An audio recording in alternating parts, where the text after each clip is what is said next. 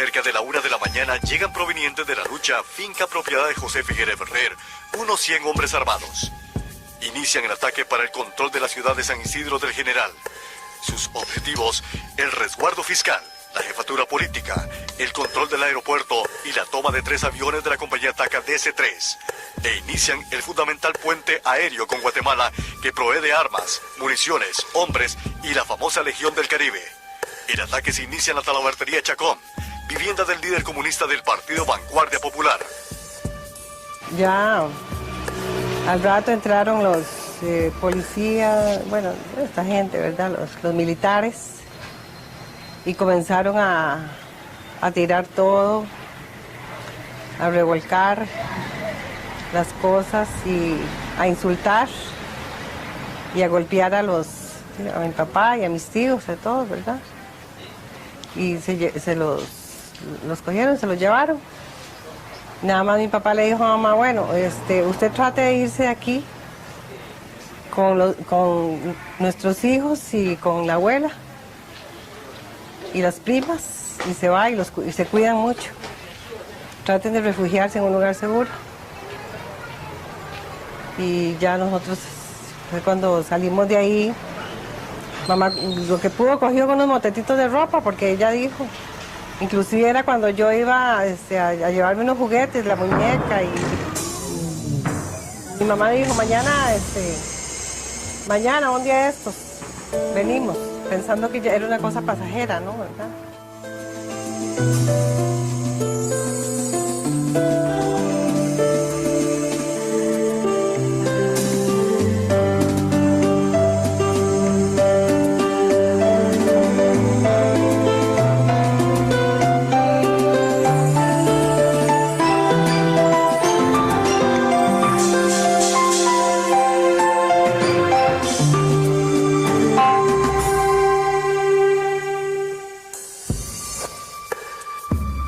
La estrategia rebelde se inicia cerrando la carretera interamericana en construcción hacia Panamá.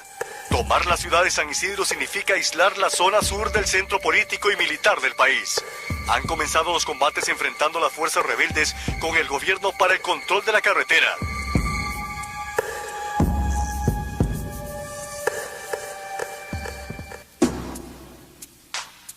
La sociedad costarricense vivía tiempos de violencia callejera, de insubordinación civil, desde tiempos atrás a las elecciones de 1948. El 8 de febrero se efectuaron las elecciones generales para elegir presidente de la República y diputados al Congreso General de la República.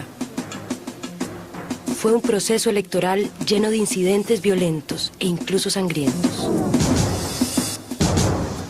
El 28 de febrero, el Tribunal Electoral declaró provisionalmente electo como presidente de la República a Otilio Ulate.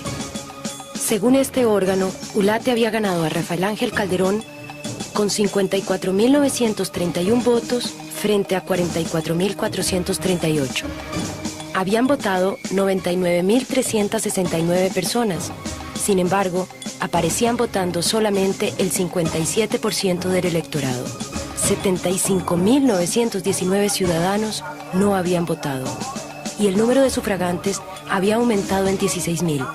El cuadro de irregularidades se completó con un incendio de orígenes sospechosos con la documentación electoral el 9 de febrero. El doctor Calderón Guardia se negó a aceptar el veredicto y de inmediato pidió que se anularan las elecciones. El 1 de marzo, con una mayoría de 27 diputados, el Poder Legislativo decidió anular las elecciones presidenciales.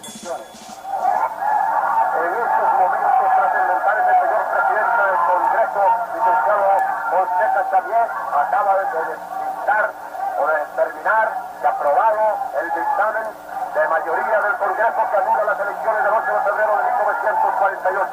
Por 27 votos contra 19, el Congreso Constitucional de la República acaba de declarar nulas las elecciones para presidente celebradas el 8 de febrero de 1948, considerándolas un fraude. Figueres dio inicio a las hostilidades. En los años 40, en relación con el 48, bueno, o antes, porque nosotros para apoyar las garantías sociales hicimos manifestaciones de toda índole, hicimos mucha actividad. Y después, cuando se trató de defenderlas ya con el enemigo al frente, también hicimos mucha actividad. Nosotros íbamos por todo el país explicando qué eran las garantías sociales, de qué se trataba el Código de Trabajo, el Seguro Social. Ellos tenían miedo, no sé de qué, de dar la garantía social y no sé. Yo creo que por eso fue la guerra. No sé qué defendían. Nosotros sí sabíamos que estábamos defendiendo. Dígame. ¿Ya? Las garantías sociales y que nos dieran las garantías. Nosotros luchábamos por las garantías sociales y queríamos luchar por eso. Pues a todo el mundo le parecía bueno. No era que una parte estaba con el código y el otro no, porque todos los que en ese tiempo no eran liberacionistas, bueno, todos de la oposición, digamos, y todos encontraban que estaba muy bien. Tan fue así que cuando subieron y llegaron, ellos lo siguió apoyando, Liberación, y aumentándolo. Yo no veía como motivo por eso.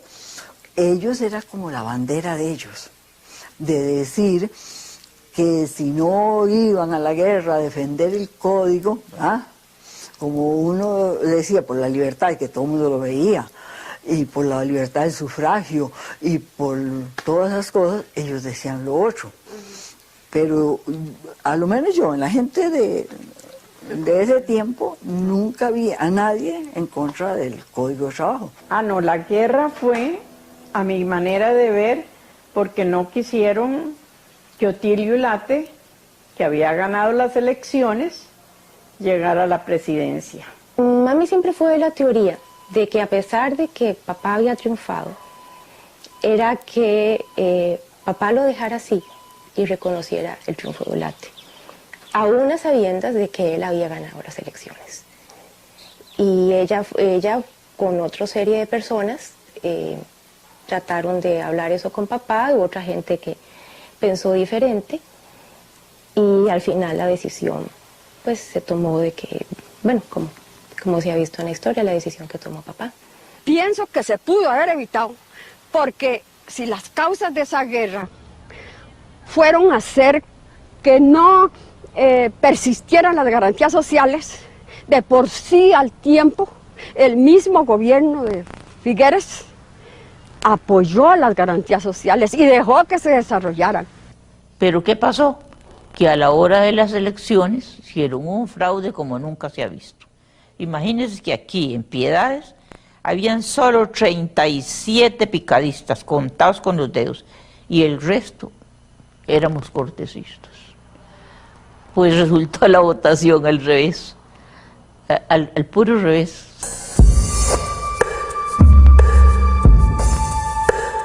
Al amanecer del 9 de abril despegan en el aeropuerto de San Isidro del General 3 aviones DC-3 rumbo a la zona norte del país. El objetivo, transportar a los integrantes de la Legión del Caribe rumbo a la Hacienda Altamira, como primera escala en su ruta por tomar el control de Puerto Limón.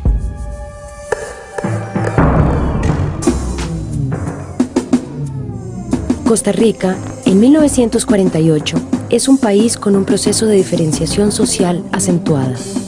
En lo político, la estructura de partidos tradicionales es estrecha. El caudillo y sus allegados deciden qué hacer y cómo hacer. Los procesos electorales en general son fraudulentos y el arreglo político es una práctica. La movilización popular en la década de los 40 es intensa. Las manifestaciones del 1 de mayo de 1943 concentraron unas 40.000 personas en apoyo a las garantías sociales y al Código de Trabajo. El descontento también aumenta. Los artículos de consumo básico escasean. El desorden administrativo y la corrupción del gobierno es evidente. Los beneficios de las reformas sociales no llegan a las mayorías, sobre todo al empobrecido campesinado. Centroamérica vive los inicios de la Guerra Fría. Las condiciones sociales de la clase media mejoran. Se da la reapertura de la Universidad de Costa Rica en 1942, la promulgación del Código de Trabajo y las garantías sociales. la apertura de la Caja Costarricense del Seguro Social. También, las organizaciones populares y gremiales crecen y se fortalecen, como nuevos sindicatos, gremios de educadores y grupos políticos. Las estructuras electorales no dan el espacio suficiente. Las mujeres, los afrocaribeños y los indígenas no tienen los derechos ciudadanos. Hay marchas por la paz y en contra de la guerra organizada por mujeres. Los machetearon, casi los matan. Y eso fue terrible, Venecia. Entonces ya claro, ya los hombres todos se fueron y nos quedamos solo que las mujeres. Yo vi a la pura parte de mi suegra. Y entonces con ese susto y todo eso, entonces yo me fui para donde mi mamá, que también era en el puro centro. Y yo de mi marido no volví a saber, hasta los días supe que estaba en la Josefina. Porque ellos creían que estando todos unidos era más fácil para no se los pudieran coger así y llevárselos, porque como se los llevaban. Los liberacionistas apedreaban la casa de nosotros, porque éramos calderonistas, ¿verdad? Y recuerdo una palabra que usaban en esa época, los botellas, no sé qué otro tipo usaban qué términos para los calderonistas, ¿verdad? Bueno. Así es que vámonos nosotros de aquí también, dice, porque si no nos llevan. Entonces mami alistó una bolsa ahí, un saco con ropa y nos puso los zapatillos y nos fuimos. Nos fuimos allá para una parte donde se llama La Unión. Eso queda carretera Venecia. Yo lo que recuerdo es muy personal, porque nosotros pensamos en que lo mejor era huir de aquí, porque se decía que aquí iba a haber combates. Tenía un pobre, unos cerdos, y se los quitaba porque ellos eran los que mandaban. Y nadie podía mover un dedo porque la ley eran ellos. Esa era y el resguardo los apoyaba a ellos. Entonces yo hallé todo el tiempo que fue justa la revolución y que gracias a Dios que se ganó. Soldados que habían en Altamira, pero es decir, de la gente de don Otilio Ulate, de los que estaban allí, ellos hicieron fuego contra los aviones y vimos cómo pasó un avión en llamas, que ya venían de regreso a San José. La gente hasta cierto punto era ignorante en todos los campos, ¿verdad? Y por supuesto en la política, por supuesto que más se profundizaba, ¿verdad? Porque la gente se peleaba casi que sin saber ni por qué, ¿verdad? Puerto Limón, el principal puerto atlántico de Costa Rica, fue atacado al amanecer del domingo 11 de abril por fuerzas rebeldes. Llegaron por aire a Portete, 2 millas al norte de Puerto Limón. El pueblo limonense, al igual que en el resto del país, celebra el Día de Juan Santamaría, la festividad del legendario héroe de Costa Rica. Después de los intensos combates callejeros, un avión rebelde bombardeó los cuarteles del ejército en la ciudad de Limón. Su rendición se obtuvo luego de un segundo bombardeo en la tarde. El domingo en la noche, reportes telegráficos fragmentarios indicaron que el puerto de Limón se encontraba en manos de las fuerzas insurgentes de la oposición. Amanece Limón como un verdadero campo de batalla.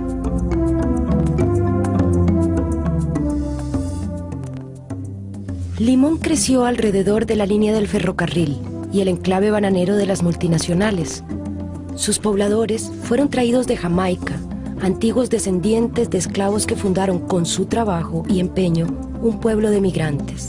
La capital y las ciudades del Valle Central, donde se concentró el poder político y social, se desenvolvía encerrado en sí mismo, racismo y olvido hacia otras partes del país. La población limonense no tenía los derechos de la ciudadanía costarricense. Sus habitantes permanecieron siendo jamaiquinos, chinos o bribris. Para los limonenses, el ataque a Limón fue una sorpresa. Limón fue tomado por su estratégico puerto y su ferrocarril que comunicaba al interior del país. Yo me fui para el mercado, caminaba por el lado del Tajamar y yo escuchaba los disparos, pero nunca me imaginé que fueran tiros. Qué tontera. Ahora yo tenía 11 años, no estaba pensando en una revolución ni nada por el estilo. Y pasamos tiempos de susto y yo creo que había oscuridad después, apagones después de eso y aquella cosa, aquel miedo de salir de noche y después de mucho tiempo después se hablaba de la revolución del 48 y la guerra del 48. Al hermano lo llevaron a la guerra, entonces le dieron armas y lo equiparon para que fuera a la guerra a pelear. Entonces cuando él ya tenía su metralladora en la mano, su balaú, como dicen, él se acobardó ya al final. Y entonces él dijo que no, que él no nació para matar. Entonces ahí mismo desde el ejército le dispararon a él y lo mataron ahí mismo. Esa es una historia que me cuenta mi esposo, ¿verdad? De un hermano de él. Y entramos creyendo que íbamos a ser los primeros y al entrar estaba toda Batán ya reportado, forraron la zanja con hojas de abacá y todo el mundo metido ahí como familia. Llevábamos sacos con comedera, ropa, sábanas, bueno, de todo un poco. Y eran ciudadanos de segunda clase, entonces si el gobierno no tenía interés en ellos, ellos tampoco tenían interés en participar políticamente. Eso fue el mensaje que yo recogí. Las fuerzas de la oposición avanzaron desde los puntos fuertes de su líder José Figueres, hacia el Valle de la Estrella en los territorios costeros del Atlántico al sur de Limón. Las fuerzas conjuntas atacaron por el norte y por el sur. Un estallido rebelde en San Carlos contactó con otro movimiento rebelde en San Ramón, 45 millas al noroeste de San José, donde se dieron fuertes combates en los últimos días y donde, según la oposición, han infligido graves bajas al gobierno. Si este movimiento contacta con el ataque a la costa atlántica y se encuentra con las fuerzas del Frente Sur, esto significa que el Valle Central, cuyo centro es San José, sería rodeado por fuerzas de ataque rebelde desde el noroeste, el este y el sur. La mujer juega un papel preponderante en la guerra, hasta ahora olvidada en los textos históricos. En las diferentes regiones del país, se desempeñó con una gran participación, brindó apoyo en la preparación de alimentos, en la enfermería, en la elaboración de uniformes, al frente de sus familias, mientras los hombres peleaban o se refugiaban. Otras desempeñaron papeles poco tradicionales, como en los puestos de vigilancia en los cuarteles, alistadoras de rifles, correos clandestinos. Un día que venía una tarde, que venía de San José con unos boletines en el Alto de Ochomogo, pararon la cazadora en ese entonces. Entonces ella, del susto de que la iban a registrar y la encontraban, imagínense que antes castigaban duro, ¿eh? Entonces ella acogió los papelitos, los masticó y se los tragó. En el tiempo en que estaban en la guerra, sí, queríamos ayudarles a cocinar y a servirles la comida, ¿verdad? Pero ya después que todo pasó, ya uno no volvió a nada de eso. Bueno, cuando don José Figueres llegó al amanecer. Entonces, el efecto que a mí me hizo, pues yo no sé a las demás personas qué efecto les haría. Para mí fue como la salvación. Al principio, donde se oían las balaceras y todo eso, sí hubo balaceras. Eso da miedo, ¿verdad? Da temor, pero después donde dijeron que era José Figueres el que había llegado, ya cambió. Claro que había abusos de ambos lados. Esto en calidad de defensas también, supongo. Creo que todavía no teníamos el voto, pero sí, ya están muy metidas las mujeres. Todos íbamos arriba donde llamamos ahí por el mercado, a hacer pelota. Una noche iban a bombardearlo. Entonces, todas las familias buscaron su refugio. Es lejos, ¿verdad? Nosotros nos fuimos para San Rafael con los chiquitos que habían aquí y gente mayor, ¿verdad? Era salvar la vida. La juventud que hoy es liberacionista, que era realmente ulatista, ¿verdad? Provocaba mucho a la policía de Cartago y había muchos encuentros entre ellos. Y encuentro una noche, nunca olvido, que desnudaron a un policía y lo mandaron al cuartel así desnudo. Y pues uno se asustaba porque no estaba acostumbrado a oír tiroteos y que llegaran a las casas, ¿verdad? Estaba la gente muy peleona, muy tensa. Al colegio de San Luis, ahí los tenían presos. Y nosotros pasábamos las esquinas porque seguía habiendo el tiroteo del cuartel hacia el colegio, ¿verdad? Sí, las fuerzas de don Pepe y los que estaban en el cuartel. Y nosotros nos íbamos a ras del suelo a pasar las esquinas para poderle llevar comida y algo a ellos. Y así íbamos muchas mujeres. Y de ahí, del parque, de la parroquia, de las ruinas de la parroquia, había otro ejército que disparaba para el cuartel. En el cuartel hubo mucho muerto, ¿verdad? Por supuesto. Que esa guerra se hizo cabalmente por las leyes sociales, que había un grupo de la oligarquía de Costa Rica que no les convenía que hubiera esas leyes, ¿verdad? Y buscaron pretextos. Eso lo creo yo firmemente, ¿verdad? Sí, la batalla muy sangrienta, dice que muchísimos muertos, cosa que yo hasta ahora hace poco me doy cuenta de eso, de que había mucho muerto, que hubo mucho muerto, que yo no sé si será cierto o no. Claro que sí. Otras columnas del gobierno se internan por el sureste avanzando hacia Santa Elena. En Santa María de Dota, base del cuartel general de la oposición. Los comunistas se integran desde el Pacífico Sur con la columna denominada Los Linieros, constituida por obreros bananeros bajo el mando de Carlos Luis Fallas. Buscan romper el control de San Isidro y posteriormente avanzar hacia Cartago, donde son derrotados al sur de la ciudad, en la batalla del Tejar. 17 de abril. La situación en Costa Rica es en extremo grave. El cuerpo diplomático se reunió en la Embajada de México para dar término a las negociaciones. El 19, en presencia del cuerpo diplomático, el presidente Picado y Benjamín Núñez firmaron un pacto que puso fin al conflicto. Y las fuerzas comunistas se reúnen en el Alto de Ochomogo. Los dirigentes Manuel Mora, Carlos Luis Fallas, acuerdan de poner las armas con los dirigentes José Figueres y Benjamín Núñez.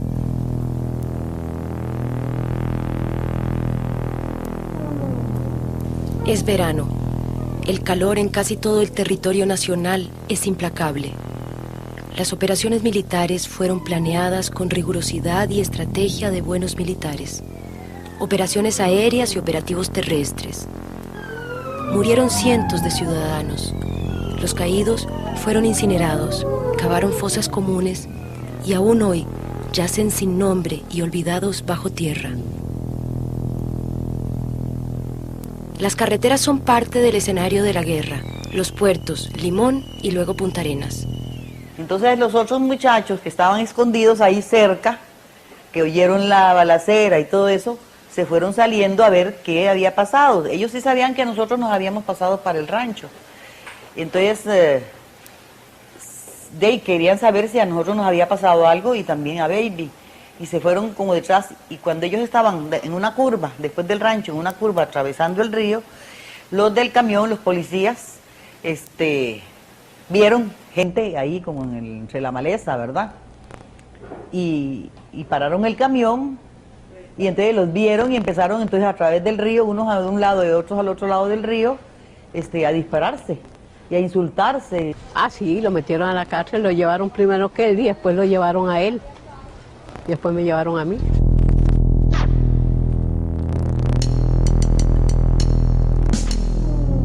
Estaba sobrecargada la cárcel de presos políticos. Y en la noche los sacaban a la plaza. Y ahí disparaban y disparaban. No los mataban, pero solo por asustarlos. Torturas, pues, psicológicas, digamos. Sí, aquí hubo torturas, no se puede negar. Inclusive lo colgaron, ¿verdad? Lo iban a hacer morir ahorcado. Entonces parece que en los últimos momentos, cuando ya tenía la soga, que inclusive le dejó una seña en su garganta, alguien apareció, no sé quién intercedió por él y desistieron de matarlo, ¿verdad? De ahorcarlo. Hacia el norte, toman el cuartel de Liberia, encarcelan, luchan los que defienden al gobierno, pero son vencidos. Caminan, pasan vencidos, hacia el exilio por la carretera interamericana. Llegamos como a la 1 de la mañana a el puerto de Bolsón.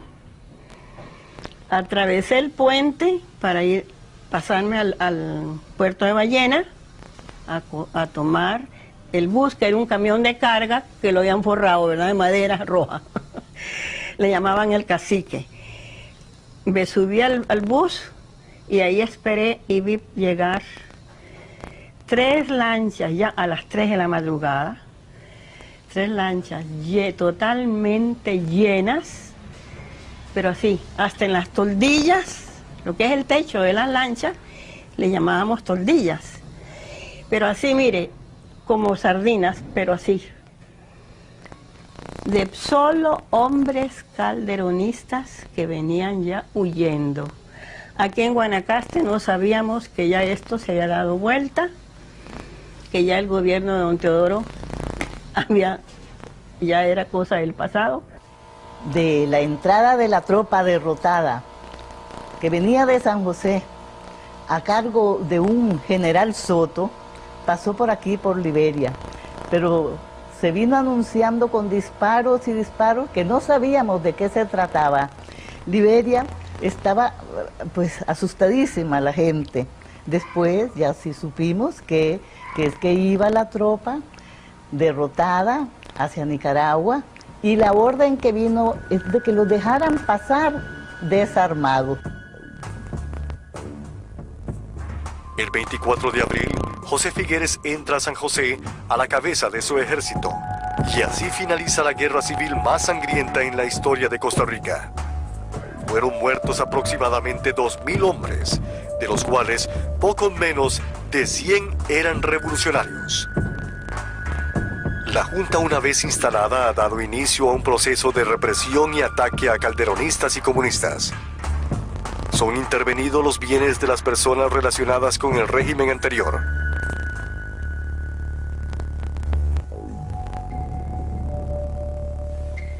Se establece por decreto de la Junta el Tribunal de Sanciones Inmediatas contra los calderocomunistas de menor rango, por delitos de saqueo, abuso de autoridad, robo e incluso homicidio.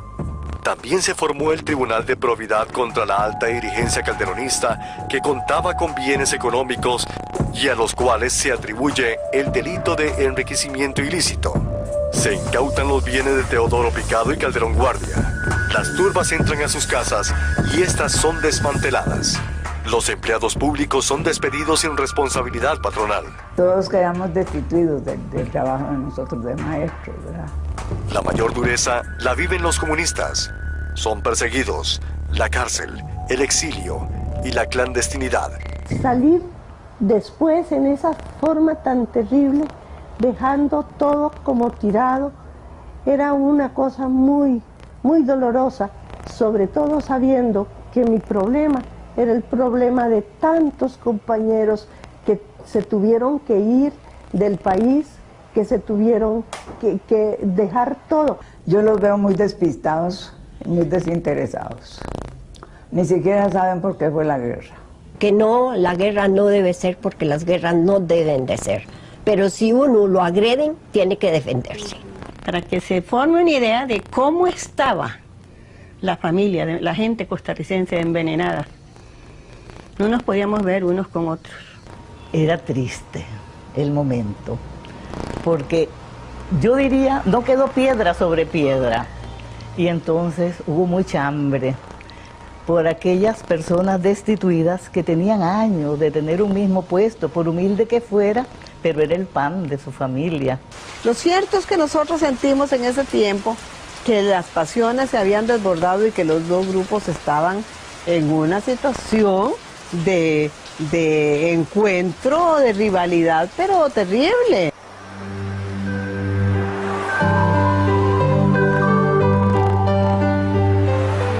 De no registrar las voces de las y los protagonistas, corremos el riesgo de que nuestra historia quede reducida a un pequeño rótulo, casi imperceptible, que señaliza una de las avenidas más ajetreadas de esta ciudad.